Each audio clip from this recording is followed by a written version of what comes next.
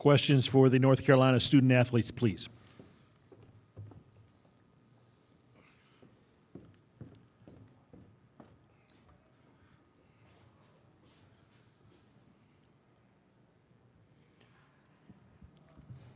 Ryan Wood, USA Today Network, Wisconsin. RJ, I'm just wondering, up and down game, obviously, what are the emotions after such a Herculean comeback falls short like that?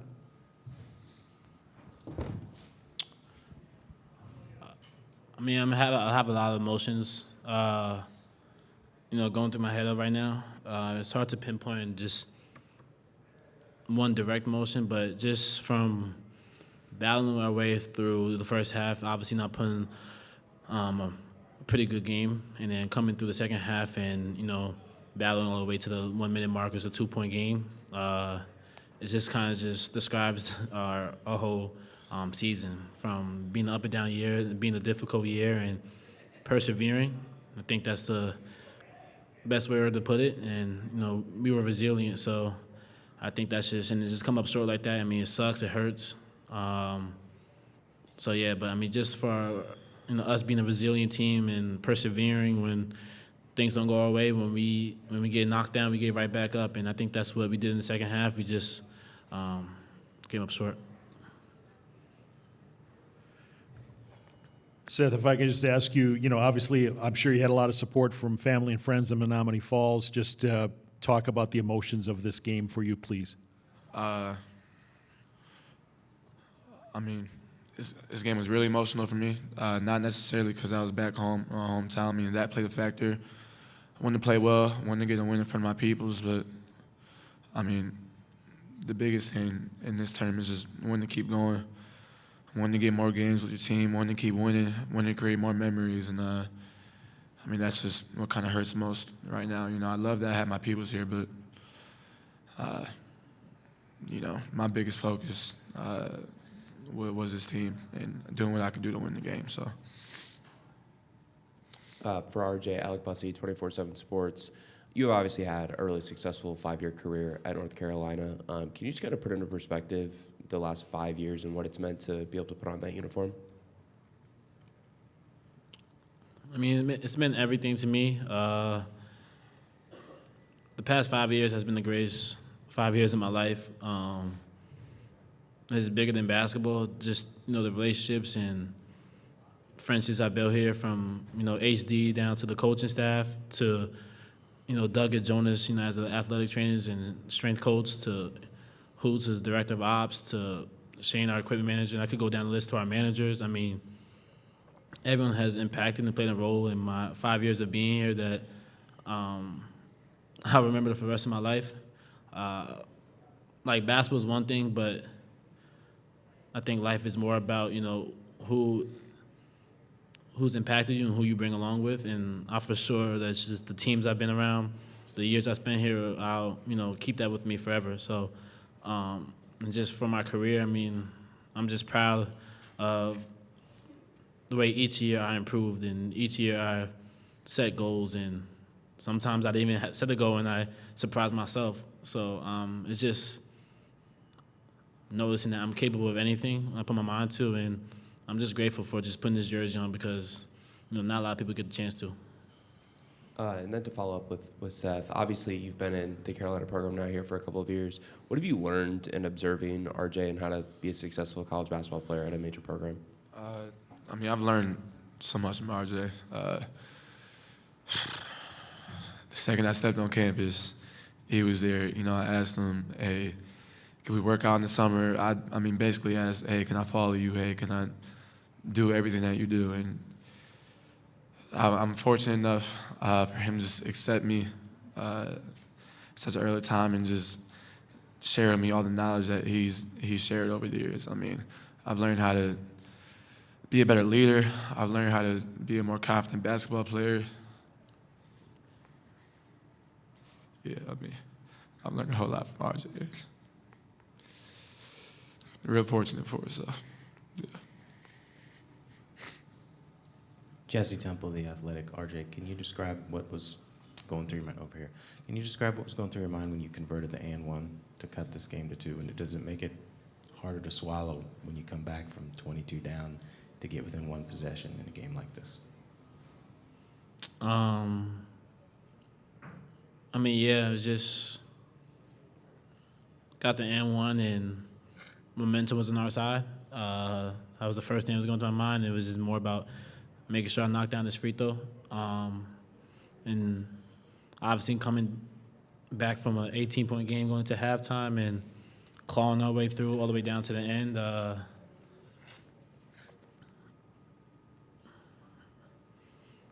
It sucks because it's a game we should have won, but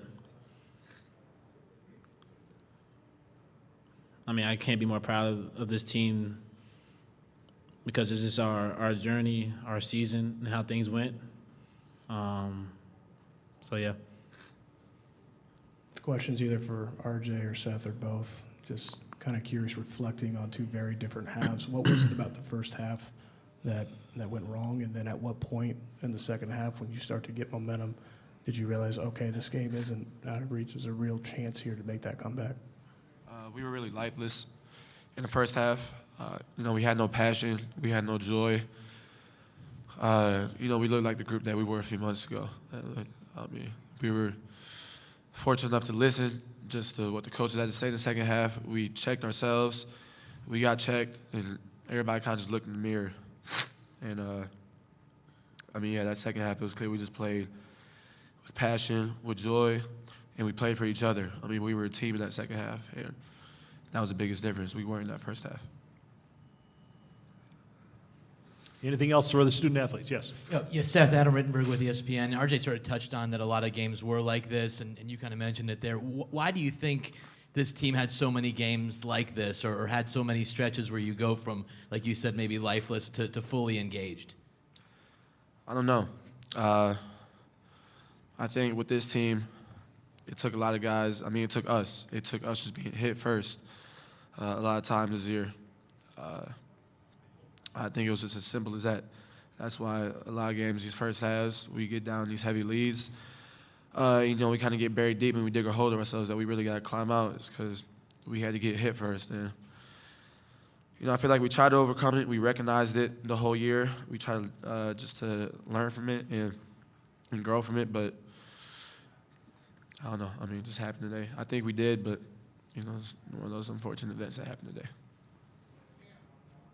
Guys, thank you. Appreciate your time. And we'll now entertain questions for Coach Davis, please.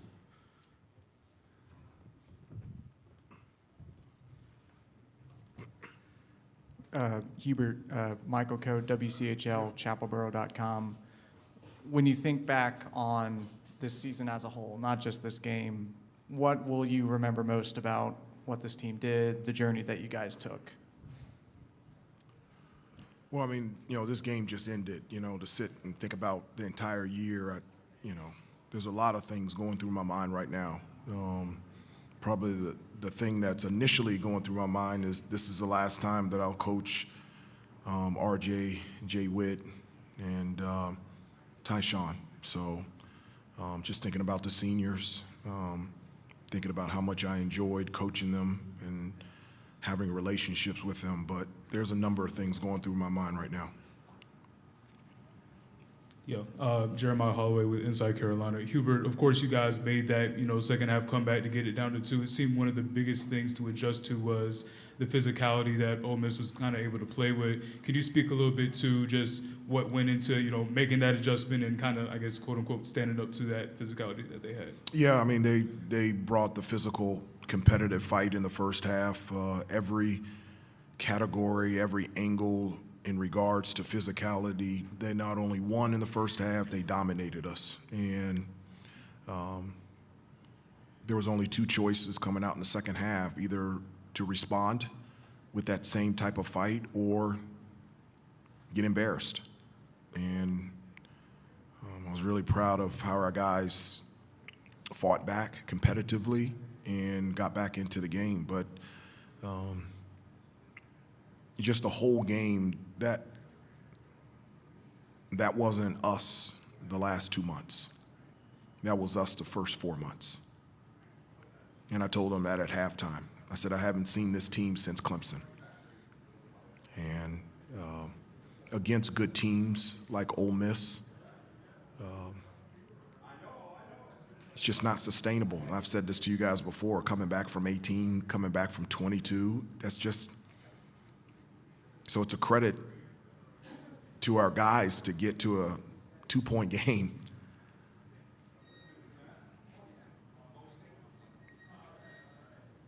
Just too hard to flip it against good teams. Anything else for Coach? Right, yep. When was it in that second half that you noticed it start to turn? And what did you see specifically that kind of flipped that momentum for you guys? Well, it was everything. I mean, unfortunately and fortunately, we've been in that situation before earlier in the season. And so with, 20 minutes in the second half, it's a ton of time. Just take it possession by possession. You don't need to make up 20 points in one possession. And whatever it took, we continue to get stops. We were able, the discipline and detail mistakes that we made in the first half on both ends of the floor, we made very few in the second half. We got stops, we got rebounds, we got out in transition, we executed on the offensive end. I think we missed at least 8 layups second half. We were stronger at the hole. Going to the hole, we made free throws.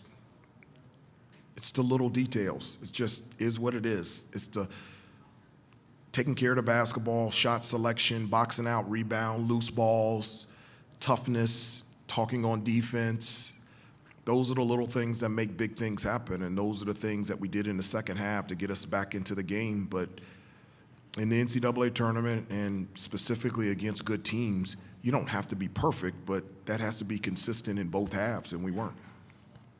Yeah, Hubert, following up to what you were talking about with, the falling into the holes not being sustainable. Obviously, nobody, likes losing in any context, but to come back from that deficit, get within striking distance, do those losses carry a different level of frustration, knowing that you kind of had enough in the tank just at the wrong time, if that makes sense? I think it's equally as frustrating, but I am extremely proud of this team that all season long they have fought back. Whether it's been in a half, after a game, this team all season, when knocked down, has gotten back up and taken a step forward. Every time. There hasn't been one time where they have stayed down. And so that's something that I'm very proud of with this team. Hubert with ESPN. As you were kind of addressing the team at halftime, saying you haven't seen that in 4 months, how much did you think they were past that type of half, that type of performance, that you guys had gotten over playing like that, and unfortunately it happened again? I don't know. I mean, I hadn't seen that since at Clemson, where I felt like on both ends of the floor we were going off script, and the inconsistencies of the discipline and details that you have to have over the last 2 months. We've been sharp with it. And as a result, we've played our best basketball. But that first half just reminded me a lot earlier in the season. Hubert, when Jay Wade goes down with the injury in the second half, that felt like a really tough moment, particularly to see the guy who had been so good for you in the past month and a half go down and have to miss the rest of the game. But what can you say about the response of the team? Because after that, they obviously made a move and got right back into the game. Well, I mean, we have a team, so, other guys were called to step up, and they did. I thought Jay Wash had a really good, productive second half. I thought he was huge for us. Drake at the 4 was huge for us in terms of rebounding, getting steals, getting to the open court, knocking down 3. And so in times like that, guys have to step up, and I felt like Drake and Jay Wash, specifically in the second half, were really good. Crystal Williams, MATC Times. I noticed that in the first couple minutes of the first half, you immediately called timeout. Would you say that if your team would have been more aggressive defensively, that the outcome would have been better, like you guys would have had a chance of winning? I mean, I don't know. I mean, if we had played a better first half, I don't know. I just know in the first half we didn't play nearly as well as we needed to play. And what was missing was that competitive fight. It had nothing to do with X's and O's. It was just a competitive fight on both ends of the floor to do the things that we needed to do and needed to execute. And that's why I called an early timeout to let them know that they were very far from where we needed to be in order to beat a team like Ole Miss. Last one. Hubert, with respect to the fact that this is obviously a very fresh, loss and everything. Of course, the portal does open up soon and everything like that. I guess what is the breakdown going to kind of look like as far as having conversation with these guys on this current team and then evaluating what's out there, and just can you break down, I guess, a little bit what the next stretch of this, I guess, kind of portal windows may look like for you guys? Yeah, I mean, I think that's a great question. That's something that I have not thought about at all. My anticipation was for us to play extremely well today and win and play Iowa State on Sunday. So it being less than a half an hour, 45 minutes from a loss, that's something that I will have to think about, but I haven't thought about it now, and I'm not going to think about it today. Coach Davis, thank you.